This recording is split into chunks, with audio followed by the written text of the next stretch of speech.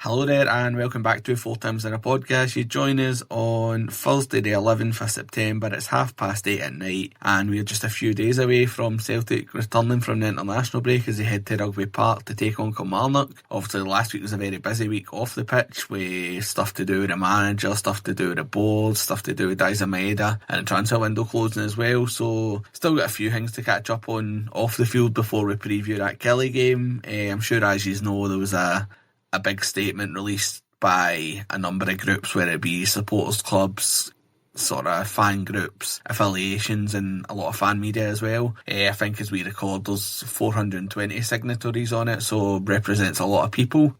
To start off the episode, they had a meeting in Glasgow on Wednesday night and they invited everybody, one person from each of the groups that had signed, to go and find out what the sort of start a plan of action and agenda for sort of trying to get the club back on the right track. So we sent Andy along to see what the crack was and see what sort of next steps were. So Andy, I'll bring you in. As I say, it was sort of it's very much an ongoing situation. The sort of groups that have all signed this, it's very sort of early stages of it, but what was the sort of feel of that meeting and what was the sort of outcome of it for those that haven't seen anything from it? As you say, it's obviously very early stages, and I think because of really the sort of last week and a half, the way things have transpired, and it's probably a bit of a quick turnaround, especially ahead of Celtic coming back in Sunday when we head to Rugby Park. So it's probably a bit of a quick turnaround, and that's why a lot of people have probably seen that things seem to be coming out every day or so. But that meeting was called really to sort of get everybody together as quickly as possible and have these discussions. I'm sure most of the listeners have probably read it or seen it or spoke it or somebody's told them about it, but I'll quickly just run through what the minute said that's been put out for everybody to see, just to give people an idea in case anybody hasn't came across it yet. But yesterday evening, a consultation meeting was held with the signatories of the recent open letter to Celtic FC. The open letter has still to be addressed by Celtic FC, despite it representing tens of thousands of Celtic fans. The consultation meeting reflected the second step of acting as a collective fan movement for positive change at our club and was attempted by 85 in the room and 175 online. A comprehensive minute will soon be shared with all the signatories, and at the meeting there was an overwhelming consensus in the following points, which were compounded by a fan survey of 38,832 Celtic fans in advance of the meeting. So these points were to build on the recent no confidence vote of the Celtic FC board, seeking the removal of Michael Nicholson, CEO, Chris Mackay, CFO and Peter Law, chairman, to build on a strategic escalatory campaign against the Celtic board, to build a democratic and representative fan body, to coordinate a late entry protest at Kilmarnock v Celtic to further visualise and vocalise fan discontent, and to help progress these points in the fan movement generally. A steering group of volunteers has been assembled, or is being assembled rather. Finally, we would like to thank all who have participated in the progress so far. It's natural there'll be a mix of feeling regarding some of the actions or inaction. However, the most important consideration at this stage is maintaining, building and utilising broad fan support. So that was obviously put out really to sort of let people know and keep people as up to date as possible, so that everybody is included and is up to date. I mean, for me personally, in my experience, and I'll not sort of run through everything that was said, he said, she said sort of thing, but I was really encouraged, and I said that to you, but the turnout at such short notice, I mean, that was within a couple of days. People know themselves, like Celtic isn't a full-time job for a lot of people. People are at their work, they've got family commitments, all these other things. So for that many people to sort of get themselves either along in person or along online is really, really encouraging. And I think that probably speaks to the appetite and really the discontent and the anger that a lot of people have got. I can't personally think of the support ever being so united on something for a long, long while. And as I say, I think that speaks to the level of anger that's out there. The discussion itself, I think, it was maybe a bit of a concern for a lot of people. Was it going to be respectful? And because people are going to have heightened opinions and emotions will be running high, and that's natural. But I think it was done it was respectful. I think there will inevitably be some disagreements and things people don't agree on. I'm sure we'll come on to that when we talk about what has been put forward ahead of Sunday. But it was all done in a very productive way. I think the statement sort of covered that fairly well. But personally, I think the biggest takeaway is that we've got to remain united here. We might not agree with certain approaches, we might not even like certain people, we might, whatever it might be. I think ultimately, and this was as far as I could tell and as far as I heard across the room, and everybody was in agreement that people are going to have different opinions. People, in terms of late entry, some people might not want to do that. They might want to just be in the ground and vocalise their support for then. Some people might want to be outside and do the late entry, but I think it's got to be done in such a respectful way where we don't then start fighting with each other about that. The disagreements don't go any further than a conversation, and I think that's the most encouraging thing, that most people are in agreement with that, and everybody was sort of unanimous in saying that. A lot of this will be personal decisions, same with the cancelling the home cup ticket schemes, and there was guys there who more or less their entire buses cancelled it. There was other buses and it's been the opposite. As I say, they're very personal things, and there's a lot more than, it's not just a sort of straightforward yes or no decision for a lot of people. There's a lot of things that go into that. So I think just having that at the forefront and remaining united in these things and no hassling people and sort of getting personal just because somebody has a different opinion on the best next step. But I thought, as I say, that all came out, and a lot of people were.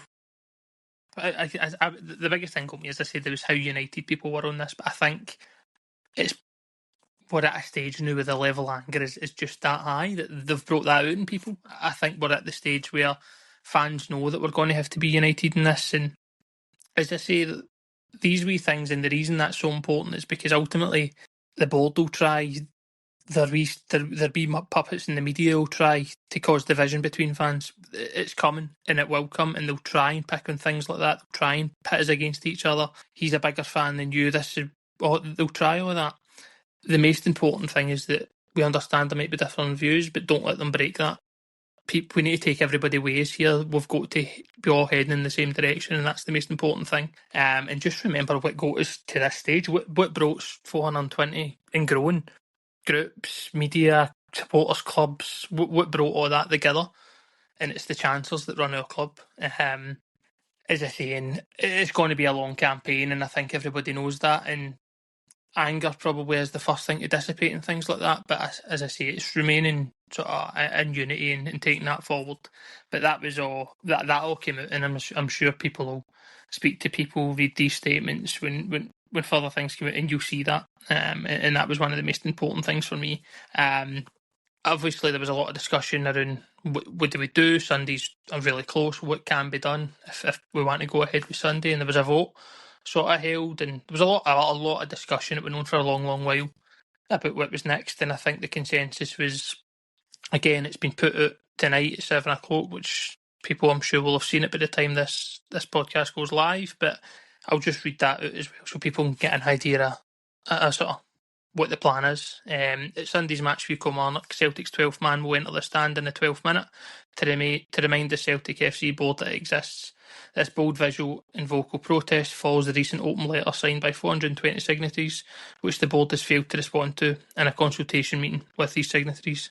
As a collective of fans, we wish no detriment to the team, but believe necessary steps must be taken to demonstrate our discontent and remind the board that football is nothing without fans. Once we enter the stand, the team will receive a vociferous backing. As I say, that was what was decided by a vote at the meeting, and that's the next steps. I'm sure it won't be the last, and people might say it's not going far enough. We should be doing more, but I think we just remember that this is the start, and that needs to be the most important thing, that these will grow. This is what these meetings are for. They're for ideas. They're for these discussions, and so long as the support are united in that, so long as we're all pushing in the same direction, then everybody's voice will get heard, and we will take everybody ways as we try and ultimately do what's best for the club. Aye, it's a lot in there, but as you say, I'm sure everybody's sort of seen the statements that have come out, but it was good to get a first-hand sort of look there at how it was. But Tony, what's your sort of thoughts on how the week's developed? I know, as Andy said, it's very early stages. We're never going to get rid of the people we don't want at the club within a week. How do you think the movement's coming together, and do you think that the planned protest at Rugby Park on Sunday will have an effect and at least bring more attention to the cause? I think there's a few things to kind of decide for. I think it's great that a fan movement's kind of managed to come about so quickly and hold a meeting where people have debated. Obviously, there's some people that agree with certain parts and other people aren't so sure, which is great. That's what it's about. It's not about just targeting people and going, "Oh, you're this, you're that. You don't want to do this." Nobody involved in this speaks for the whole Celtic support. There's going to be Celtic supporters that are against this. There's going to be Celtic supporters who want the board to remain in situ, and that's okay. I mean, I firmly, totally disagree with that, but it doesn't mean I'm going to start saying to them, "Oh, fuck off and don't come back." I mean, I made the mistake, and I hold my hands up. This was a total fucking mistake for me, and I regret it immensely. I started responding to people on Facebook, and some of the comments I've read have been incredible against the people who want change. Now, nobody's saying smash the stadium up and burn it to the ground. People are saying, let's come up with methods for a kind of peaceful removal of the board, yada, yada, yada. And I seen one guy says, these people are a cancer on the club. So because you want a change in the board, you're a cancer in the club. I thought that was unbelievable.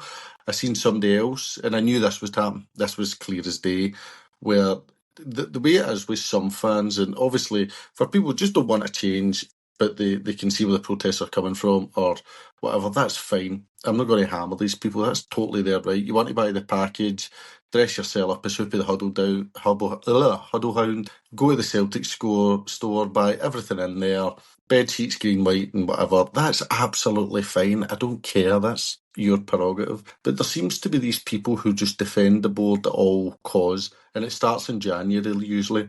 They go, it's difficult to get deals done, we'll get them in summer. It gets to summer, nothing happens. We'll get the deals done before the Champions League. Then you get the Champions League and they revert and they go, oh, well, we should have beat that team anyway. We'll get them in before the deadline. Then you don't get what you need before the deadline. Well, just back the team. Just need to back the team. And then it goes to, and if you protest and we drop points, you're to blame. So that's going to be the new tactic for these kind of really mental fans that think that if fans protest, that they're then, not the board who have totally fucked everything up and caused this massive divide. The fault will be on the fans. So these fans that would take bullets for the board, who just have an excuse at every point, and they'll have an excuse on Sunday. I can see it far enough. I might as well just say it before we get to Sunday. If Celtic score in the first 12 minutes, you're going to see people come out and say, well, fuck off and don't come back. We don't need you anyway. I've seen that as well. If you're going to protest, fuck off and don't come back. Guys that go home and away, they fuck off and don't come back. The stadium would be a library if the people they're talking about fucked off and didn't come back. That's another issue. And then if Celtic go 1-0 down the first 12 minutes, you caused this. You weren't supporting the team. You're not a real supporter. And if it's 0-0, well, the team could have been doing with a boost. So these fans that seem to be in unison are just this mad defence of the board. And it's not just a defence of their success domestically. Now, that's a defence you could go down. I reckon if somebody gave me time to come up with a really kind of, to put together a defence of the board, I probably could. I'm not going to. But it's just this kind of madness where it's just real supporters will take the tickets instead, which is a great laugh. All these thousands on the waiting list who happen to have been missing when Ronnie Dyler was the manager. Just these people, just none of them were able to go to the games. What a fucking coincidence. So I think fans like that, as I say, there's space for debate with people that aren't sure, and that's fine. But some of these comments I've seen saying that the people want to change, people like us are a cancer, or we should fuck off and they'll come back. I'm not really putting up with that. I think these people should be told to fuck up. And if people want to protest, they're well within their right to do so, as long as it's peaceful, which I must stress for the umpteenth time. I've seen in Celtic's the minutes for the meeting they had with the affiliations. They says that staff had been targeted. I don't know what that actually means. There's no real context given to it. But obviously we would not in any way want staff to be targeted. think it's fine to tell people that you think they should leave the club, but we don't want them targeted. We don't want them to turn themselves into kind of victims, because that would be a route that they would go down to kind of, I guess the word would be kind of villainise this movement and make it out to be just a gang of lunatics, which it isn't. It's definitely not. I mean, us four are probably, you could put us down as four nutcases, but that's all right. The wider people, the people who are running the thing, they're actually really intelligent and know what they're doing. So for me, I just thought I had to comment on that, because some of the comments against this protest, which is peaceful, and it then says after 12 minutes, we will really back the team. I think ferocious. No, I can't say the word. It's not ferociously, starts with a V, it's something like that. So, but basically saying they'll back the team to the hilt, which is the proper thing to do. I think we're all agreed on that. So, I think when it comes to protest, a lot of fans, the first thing is, oh fuck, what if Rangers fans see we're protesting? Rangers fans might see we're not happy. And I think that is the way a lot of people's brains work when it comes to Celtic, and it's a shame where it's kind of, fuck, or the one I love, you're acting like Huns. We're certainly not acting like Huns, because the Huns have let their club take the cunt out of them for years, hence they've only won 3 trophies in 12 years, and they've watched us run absolute riot. So if you care about the opinion of the Huns, who have done nothing, they let their club go under, they then let their club, this new club, come back and get absolutely tanked, and they've done nothing to change it. Then if you care what the people think, we can't help you. And if you care about other people's opinions, like the media are loving this.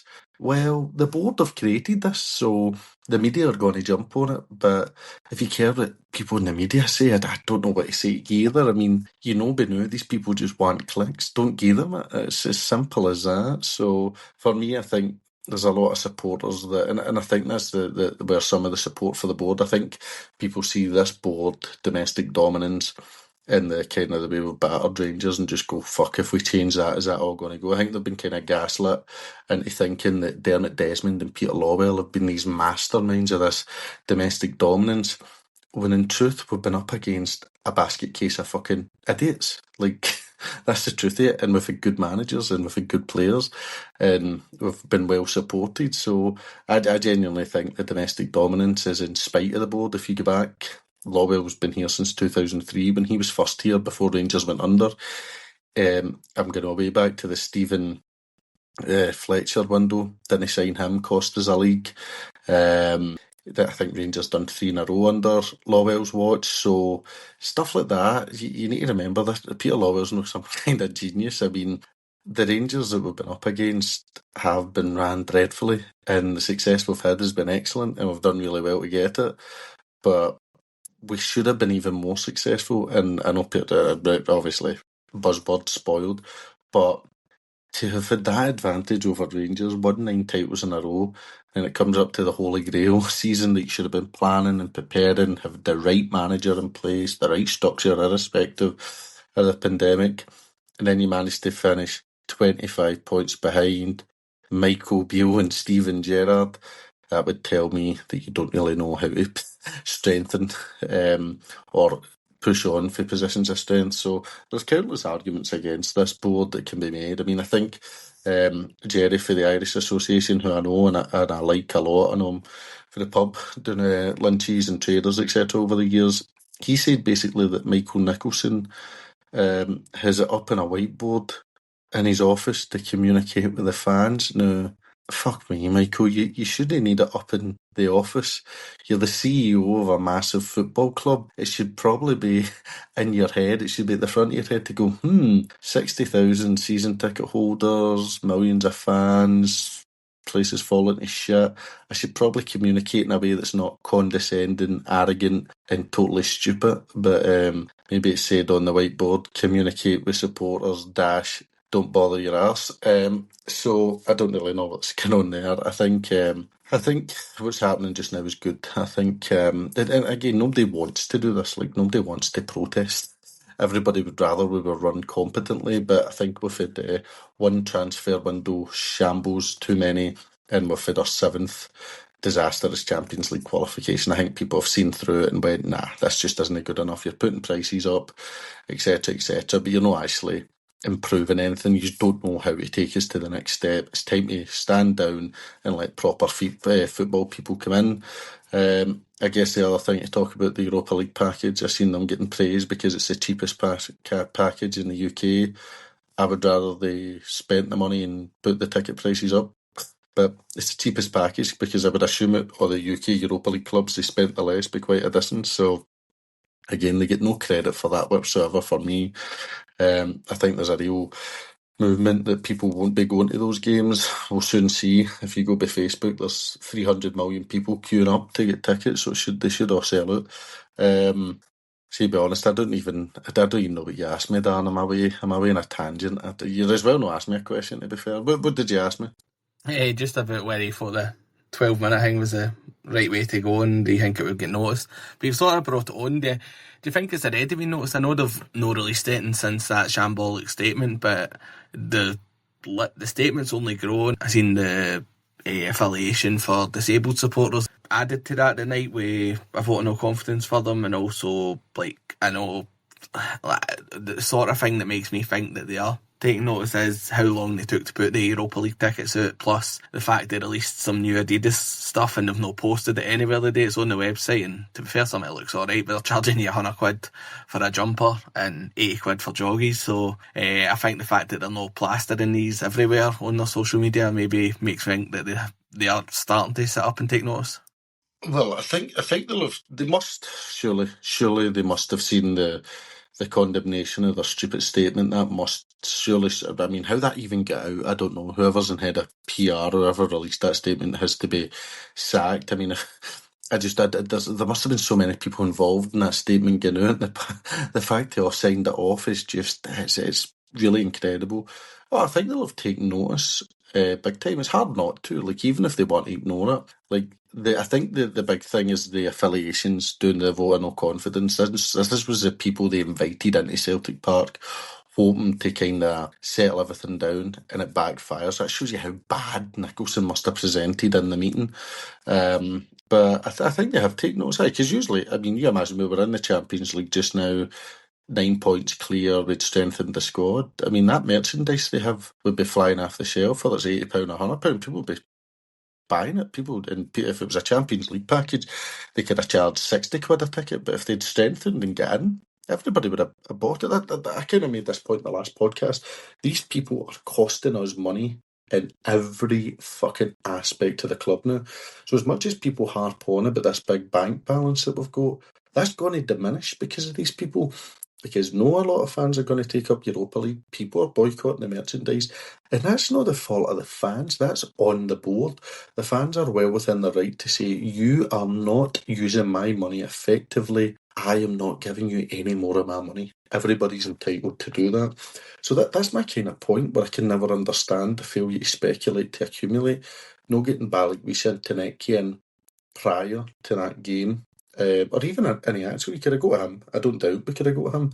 If you had them in and got into the Champions League, and then if they were fit and firing, you beat Rangers, yada, yada, yada, you would then be looking at merchandise is going to fly out. The charity game for the foundation would have been really, really well attended, better than it was. Champions League packages you could have sold for £200 easy, and people would have snapped them up because we'd have been in the prestige competition, and people could go, oh, well, I'm justified in spending this. This board are backing our manager. This board are taking our concerns seriously. They've got a grip and they're doing things right. But instead, the route they've went down, they've totally fucked it up. So they've cost us, for the first time, tens of millions for one season. So it's quite incredible. I think though, I think this board are banking on the fans who support them to kibosh these kind of protests. I think they'll be thinking, please, some sign of violence in the stands at Rugby Park in the away end. Fans totally cracking up with each other. I think they'll be desperate for that. It's the last throw of the dice for them, because all the statements are really well put together. All the meetings and all the kind of communication has been very clear and concise, and it's all about supporting the team. So far there's been no slip-ups. I think they'll be hoping that other fans are going to help them and cause a right issue. That's what I think. I think that's their last throw of the dice. If this goes peacefully and then the team are backed for 80 minutes onto victory, and the team and the players and the manager are all united at full time, they've had it. That's going to look terrible for them. So I think everybody will have taken notice of this 12-minute protest now. I think my hope is that as many people do it as possible. Again, if people don't want to, that's fine. That's no problem. I don't have an issue with that either. Again, I must admit it's easy for me to take part in stuff like this because no going to games or no buy merchandise, because I don't really buy merchandise anyway, and I hadn't really any plans to come back here for games anytime soon. So for me, this is easy, but for the guys that this is their kind of every week thing, then obviously it's going to be difficult. So I can appreciate that, but I think my hope would be it goes by peacefully. There's demonstrations against the board and then a full support of the team, and then who knows, we can take it from there. I think it will continue to escalate, and there'll be more to come. But the fact that they released that statement, seen the condemnation, and now we're nearly a week on, they haven't said it, and tells me they don't have a fucking bastard clue what they're doing. Aye, the lack of communication just seems so evident to me, and I'm with you. I'll go on to Europa League tickets. I think it's alright for people to turn around and say, £35 a game, that's actually alright. We were paying, I think it was 43 last year in the Champions League, but last time we were in Europa League wasn't it that long ago, 21-22 season, it was £24 a game, and this time you've got to pay for an extra game, so there's 4 league phase games, so I think for a club that's sitting with nearly 100 million, well, probably close to 100 million in the bank, made about 100 million profit in that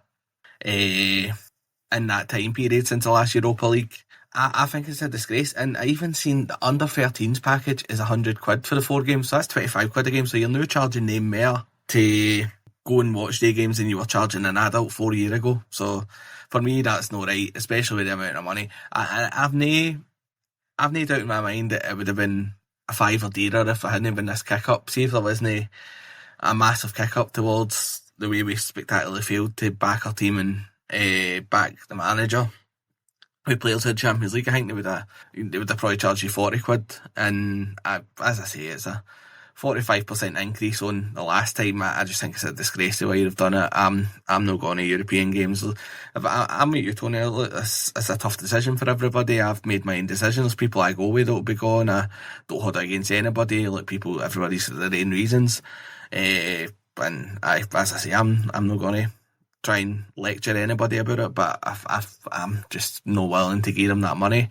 And I think the fact that they're no plastering or the new merchandise, which is it to milk the fans again, I think they are taking notice. I know, I just don't know how they can be continuously so bad with lack of sort of statements, and like as much as we slag them for it, there's not even been any wee snippets to any other pet journalists to say, we're going to do this, we're going to do that. So I think that Sunday will be noticeable. Like, I think a lot of people are on social media, but not everybody is. So if the Sky cameras pan to that, and the commentator, probably Ian Crocker of all people, but he'll have to explain why that big section's empty, and if it brings a few more eyes to it, then hopefully it keeps it going. And these people that run the club, they only care about money, they don't care about us. So if even one sponsor that sponsors Celtic sees us having a bit of an empty stand and sort of says to them, we're not sure how much we're going to pay you for your next merchandise deal because it looks like your fans absolutely fucking hate you. So it might bring pressure in a different way, but I think the tide is turning. It might be a slow process, but as I think Andy says as well, I think a lot of the support are very unified, and hopefully we'll pick up more of the support on the way. But I've got a feeling that this is going to be a lengthy process, but it's going to be worth sticking with. But Danny, what about you? What's caught your eye since the last time we've been on? As I think me, Andy and Tony have said, it's been very articulate by the people that have been composing the statements, and as Andy says to us privately as well, the people that presented at the meeting on Wednesday done it very well, as you'd expect. There's a lot of talent within the sort of Celtic support, so probably no surprise that with a bit of momentum this came together really smoothly. Of course, I mean, the Celtic fans have got previous for it. I mean, less than 30 years ago, or should I say just over 30 years ago, they done it. That was a grassroots thing, and we ended up with Fergus McCann coming in, but that was the result of a grassroots movement where people who were upset, and not just upset, but concerned about the way things were going, got together. They met up in public halls, they had meetings just like Andy was at the other night. So, there's a lot of intelligent people in the Celtic support. Obviously, none of us four qualifying that, but there's a lot of people out there that are, not your average bampot like the board would probably have you believe, or some of these people that Tony's referring to would have you believe. There's a lot of articulate, well got, well spoken people who know their onions, and they thankfully are on our side when it comes to this, because what the boys are saying and what you've said as well, Darren, is right. Andy made a great point about you need to take people away, and that's it. And the last thing that anybody wants to do is stop anybody from supporting Celtic. That's an absolute no-no for anybody. Do you know what I mean? We all want to, we all love Celtic. That's why us four are here. That's how we all met, because we're all Celtic fans. That's what brought us together. We wouldn't know each other if it wasn't for Celtic. So nobody wants to take that away from anybody, but we're at a point now where fans are concerned about the direction the club's going. You heard for the other night what Andy was saying about the meeting, and something's got to be done. I think it's gone a wee bit too far now to go back. Over the years there's always been wee murmurs here and folk trying to do this, and it's never really got a figure on it. I think this time's different. I hope this time's different. And I was really encouraged by what Andy told us off air last night, and what he said on here now is, there is a real appetite for it, and that can only be a good thing, because we're wanting you want as many people as possible, and it's not about who's shouting the loudest or who's doing more than anybody else. It's just having that one united voice. And the thing about the statement that the boys released tonight is they will come in the 12th minute and back the team. That there's not a manager, a coach, or a player at Celtic who should be worried about whether the support are behind them or not. That is not about what this is all about. This is not what it's about. It's about the club moving in the right direction, and because we're clearly no. I mean, the transfer window was a disgrace. It was an unmitigated disaster from start to finish, and you actually need to credit them for getting as many deals done as they did, because how many bids must they have put in for players if they could only get, was it 7 or 8 done? They must have put in about 400 bids to get that done. So it was a shocking state. The club have been going like that for a while. We've had one or two. People will look in and say, "Oh, the success Celtic fan." Barring one or two transfer windows, most transfer windows have been shite. I mean, you're looking at the best transfer window. Take away Angie's first, right? If we take that in isolation, folk will say that was a great transfer window. We were doing a Twitter space greeting about the fact that we hadn't signed a centre half when the window shut, until it turned out that we were trying to get Carter Vickers. We still signed 3 players on deadline day. Last year, when we spent a bit of money, we still signed 3 players on deadline day. So probably the best window that we've had in years was probably, ironically, the COVID season, when it looked like we'd get a bit of, obviously, one more time to prepare, and the window was open longer, but we got deals done pretty early. And look how that happened. But we've been winning Everton as a team, as a club. We've been doing all that in spite of the board, not because of them. And they've threatened to get in with wine on the park more often than not, and now they have. I mean, look at the Champions League. There's no way in a million years that we should be going out the Champions League to Kairat Almaty. Even the team that we put out should never get beat. But when you let that negativity creep around the club, things like that happen. And you've got players that we're hearing players are promised that they can leave. We're getting told, players can go and everything else. But then they go back on it, and players are unhappy, and you're going back down that road. So obviously the board are getting in the way. The manager, we all think, is away at the end of the season if he makes it that long. So it's obviously the club aren't in a good state. So these people, that Andy was with last night, it's just people coming together to try and force something forward, just charge a way forward that everybody can get involved in.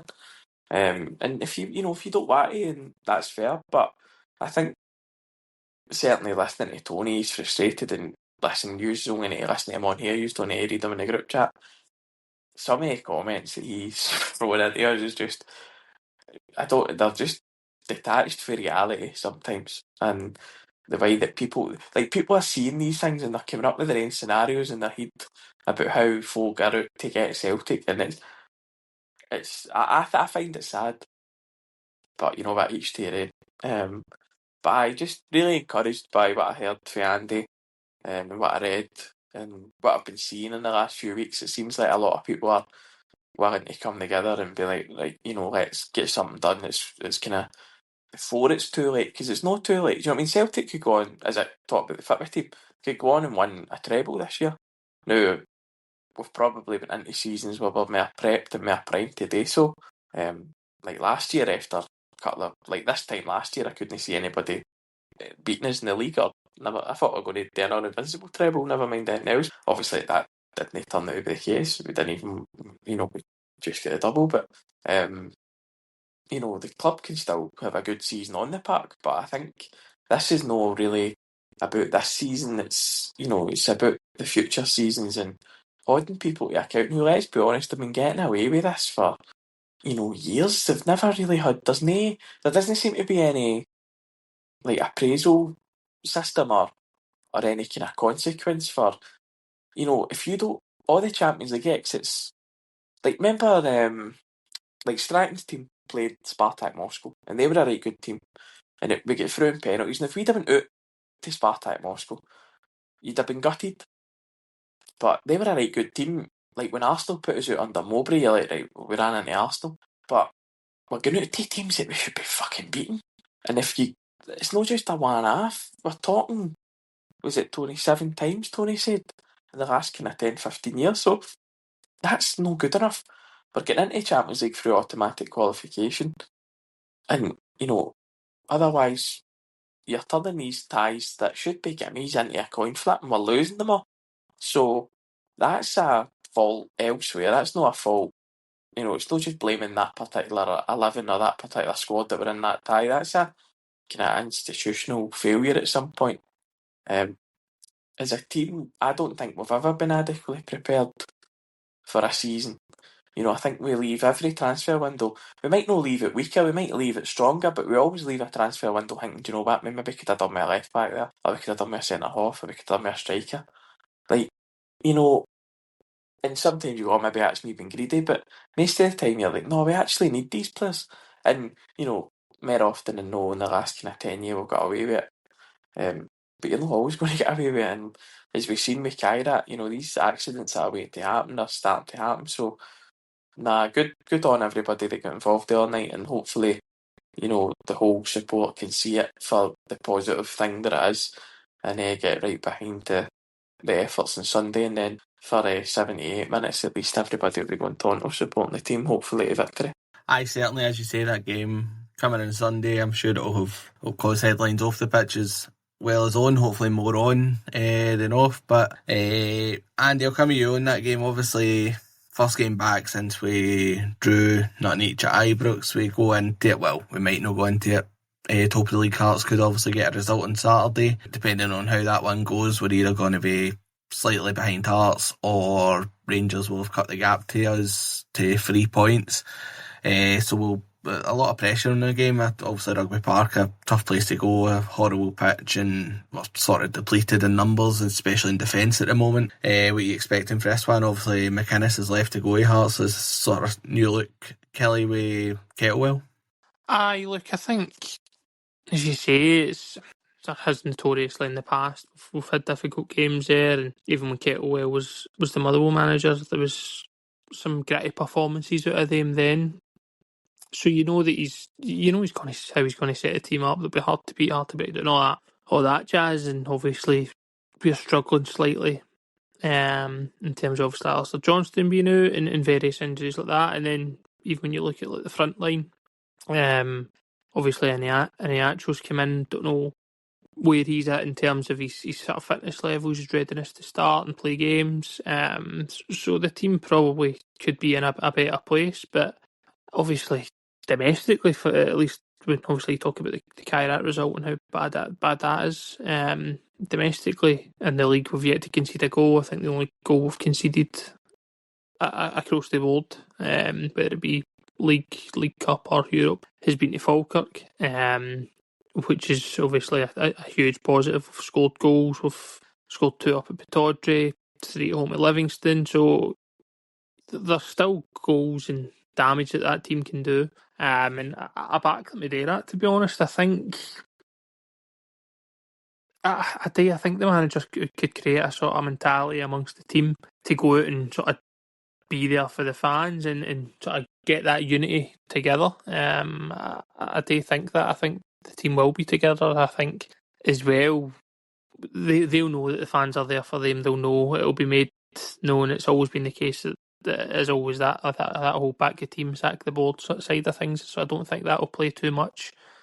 I anticipate a difficult game. I think it will be a cagey affair. You know what they're going to try and do. They'll try and limit their chances and sneak set pieces and things like that. But I do still believe that there's plenty of quality in that squad, whether it be Hitatis or a bit something for Callum McGregor, something across the board. I do think the quality is still there to damage teams, even though we are slightly light, but that's mostly in the back line. I suspect you'll maybe not see Tierney starting, so could be a good opportunity to see Sriracha. I'm not sure if that's how you pronounce his name, to be honest, but we'll go with that. Might be a good opportunity for him to go out and sort of show us what he's made of, show us what he's all about.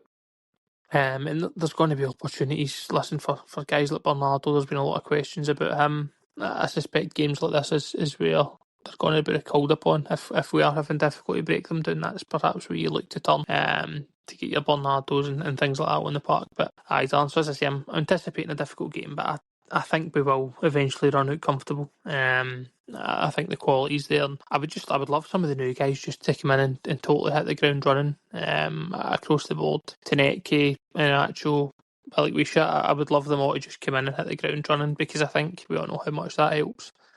But I think that's important, that the team's united, the fans are united, and aside from those upstairs, we don't let that affect us. And we go out in good performance for the stand and on the pitch in spite of them, not because of them. Aye, as you say, there's a lot to think about team-wise. Obviously get new signings that might make their debuts as well. Tony, what you're thinking about it? Obviously Killie have had a undefeated start to the season, but they've also had no wins or 4 draws out of 4, which for some teams would just be completely embarrassing to be in that situation, but I'm sure they'll not be too disappointed with it. You expecting a tough game on Sunday, and how would you be sort of looking to go? Obviously Anthony Ralston and Kieran Tierney both dropped out of the Scotland squad, so as Andy said, it could be the likes of Sriracha coming in, maybe even Colby Donovan at right back. I think there'll be changes. It'll be interesting to see how we go. Obviously, with Maida, has expressed he wanted to leave. I think he's due to meet Brendan. It'll be interesting. It's hard to predict the lineup. Something's got to change on the pitch as well. I mean, Brendan's no blameless in the slow start we've been having at games and stuff like that in the first halves with the goals. So for me, if it was up to me, I'd probably go Schmeichel. If Tierney's not up to it, then probably Anamura, Pusey, Vickers, Sriracha, then probably, if it was up to me, I'd probably give McGregor a bit of time out, probably Bernardo, Hitati, Engels, and then I'd probably go Balikwisha, Iheanacho and Taneke. I don't know if that's the exact positions, but probably give Maida and McGregor, just let them sit it out. I think he needs to really shake it up and see how we go. So that would be it. Danny, what about you? As I said, a bit of a new look Killie this season, but they'll be looking to make home advantage count. I know one of their players was even out with Sky today, and he made a sort of off-the-cuff remark about Celtic not being in a great place, and I think a lot of your support took great offence to it. I think if a Celtic player had come out and said the same thing, we would have been heralding him and saying how he gets it. And no, I think it was a pity. I think he was telling the truth, but people didn't like saying it just because I know we're top of the league, but there's clearly situations off the pitch, and not been great on the pitch the last few weeks as well, so I don't think he said anything too outrageous. But what you thinking of Sunday? Nah, he was probably right, but at the same time, he should be concentrating on his own team. Hopefully he's annoyed a few of the players, but maybe no. Sunday, again, I don't know if Casper Schmeichel played an clean sheet the other night against Scotland. I think he had another one on Monday night, so Celtic just might never concede a goal. I mean, ever again. I mean, we went out the Champions League without conceding a goal. Sunday will be tough. Plastic pitch, Kilmarnock will be up for it. They're quite a physical team. If we're not ready, we'll get hurt, but I think we'll win it. We've played kind of done enough in the games and domestically to win them. Like away at Aberdeen, I thought we were quite good. St Mirren at home was a bit of a struggle. Rangers obviously away was bad, and Livingston at home we did enough to win by a few goals. I think we've been doing enough just to get by. And I agree with Tony. I'd like to see a bit of a freshen up, and I think that's what Balikwisha and Taneke and Iheanacho will bring. I really hope that the two players who signed on deadline day are fit and ready to go. Otherwise, only point bringing them fucking in. I'd like to see a wee bit of freshness as well. I think probably Sarachi will start at left back and Donovan might start at right back with Carter Vickers and Pusey. I'd like to see Pusey get a run out. It's time to see him. I think we could be doing. I know I sound like a broken record, but I just think Scales needs to go to the team. It will never happen, but I can still ask for it once a week on here. And do that. But it's in the midfield. I've always been a big Cal McGregor fan. I still am. I just think he's looked a wee bit slow recently, and it maybe a spell out of team might be good for him. But I think he'll be the first name in the team sheet, so I wouldn't even entertain the fact that he'll not play. But I would like to see Bernardo brought in. I'm a big fan of Bernardo. He's got great dig. He gets about the park really well. He's used to the ball. Is really good as well. Seems to be maybe Bernardo's failing is he's maybe a 6 out of 10 at Everton, and he's not really got a cup like anything that he's like amazing at. Not that any of the other ones are too good at anything else, but I'd like to see him, get in the team. And the three new belt Taneke, Balikwisha and Iheanacho, I'd like to see them start. And I think I see no reason why we can't go and with a wee bit of freshness. Brendan's had a couple of weeks now. I know some boys were away in international football, but he's had time this week with the rest of the team and the new boys certainly. So hopefully we get a response and a reaction out of them on Sunday. Aye, a response would be great. I've said it to you often enough. You look at the last 4 games, we've had a game against Livy, game against Rangers and 2 against Kairat. Now that's 8 halves of football plus a Champions League extra time against Kairat, and it's only in that second half against Livy that we've managed to score, which is just terrifying, and the fact that it didn't do more to fix it, in my opinion, is ridiculous. I know we've got 3 new signings that we're hoping to see on Sunday, but I just think the whole thing's quite alarming for this team this early in the season. It depends how these new guys come in. I'm hoping they've hopefully benefited from a few weeks away and get back and can get straight to it. But I'm looking forward to it because I think, as you say, I think the team's most of it still picks itself because Schmeichel's not conceded a goal all season competitively. I'd love to see Colby Donovan at right back because I think we blocked a move for him to go to Dundee on loan for a season, which would have probably been a decent move for him. So if you're going to be in a situation where Johnson's completely out the now and Ralston's obviously carrying some sort of knock, you'd like to think they would actually use him and give the boy a chance. He looked alright when he's played this season, so I'd like to see Merriam. Centre halves, I'm not even going to request Pusey like used to because I just think that Carter Vickers and Scales will be the centre halves, and then left back's an interesting one. I think Tony went for Inamura, but I think Brendan would probably go with Sirachi, and then midfield McGregor's got to be there, and there probably will be. I think it'll be Hatate, but I don't know if Engels will keep his place. I'll be interested. I'll be no surprised if Nygren moves back in there, and then front three, Taneke and Balikwisha have probably got to be your wingers. Because I think that I don't like all the comments, well, not all of them, but some of the comments about Maeda. I'd be playing Maeda through the middle and get him back on the score sheet. I'm sick of people saying, he's down tools, that's it. Just as we were talking about last week, people saying, get him to fuck and he's not going to try. So I think Iheanacho's barely played a game since April. I think he's maybe made 2 appearances in that sort of time period. So I'd be probably gone with my head in looking for Iheanacho off the bench. And I hope Iheanacho does well. I think if he can get back to a level of sharpness, and he should probably stroll it up here. So if Brendan's worked to him all week, I know we were laughing at a video, he's probably had out for this game with a broken hand or broken wrist to sort of force that Brendan shook his on with when he seen him on Monday or Tuesday when they were back training. So it'll be interesting to see. I think if we can, it'd just be good to go there and be 2 or 3 up by half time. I just think these games at Kilmarnock are sort of sticky games where you're always sort of left in a bit of a fight, and like, I know it's a different manager, so it might be slightly different, but I think it'll be a tricky place to go. I'm going to go for 2-0 Celtic. I'll go first with predictions, and I think in Dies in my head I will get one, and that who'll get the second? I'll go for Tanecki, the boy that seems to have got slagged by everybody, and we've been told how we paid double what he was offered to English Championship clubs for, so hopefully he'll come in and prove a few wrong. So I'll go for 2-0 Celtic. Andy, what's your score prediction?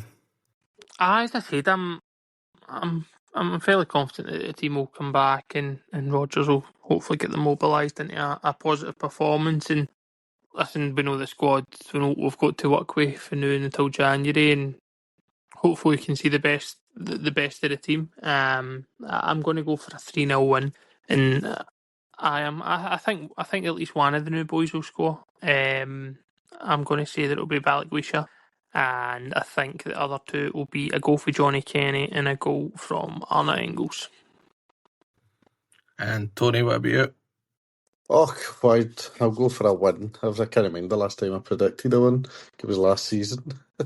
Might actually have been. I think I'll go for 1-0 Celtic with a 90th minute winner from Kelechi Iheanacho. Big celebration at full time. Brendan in with the Green Brigade singing Sack the Board, and Michael Nicholson to burst into tears. So 1-0 Celtic. I 1-0 take any win at this point. And Danny, what about you? I've just said I think Celtic might never concede again, but I actually think we'll lose a goal in the 6th minute, and then the return of Celtic support, the 12th minute, will roll the boys on, we'll win 3-1, and the goal scorers will be Balikwisha, Iheanacho and Tanecki. All 3 goals. I'm going to say all 3 goals in the second half, and a good night had by all afterwards. Aye, that would be something if we went behind in that first 12 minutes. I'm sure the Facebook comments that Tony's been reading would love that.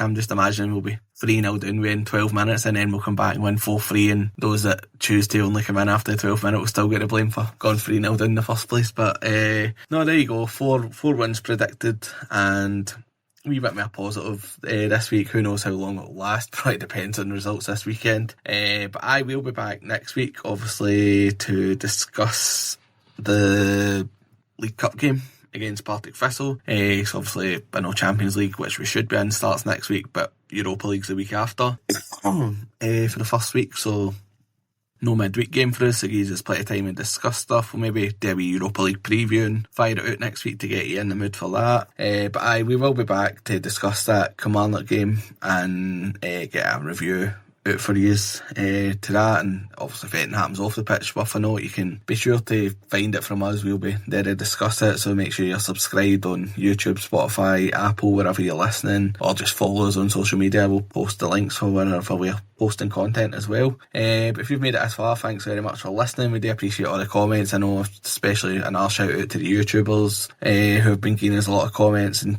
keeping the conversation going over on our channel, and a shout out to another one from Paul who gave us a good shout out on his video today, so I'd recommend you go and watch that, and you'll see us 4 on it as well, getting a wee shout out from him. So God bless you, Paul, and we will speak to you next week. Hail, hail.